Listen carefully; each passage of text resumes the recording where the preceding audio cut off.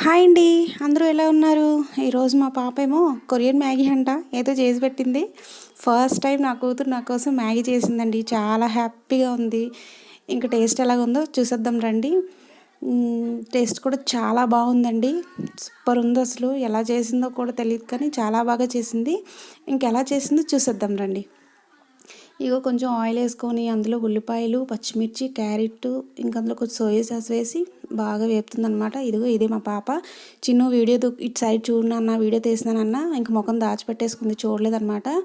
ఇంకా అవి వేగిపోయిన తర్వాత ముందుగా కొన్ని మ్యాగీ అనమాట బాయిల్ చేసేసుకొని పెట్టేసుకుందనమాట పక్కన. ఇంకా అందులో ఉప్పు కారం వేసేసుకొని కలుపుకుంది. కలిపేసుకొని ఇంకా ముందుగా బాయిల్ చేసి పెట్టుకున్న మ్యాగీ అయితే అందులో వేసేసిందనమాట. వేసి బాగా కలిపేసుకుంది.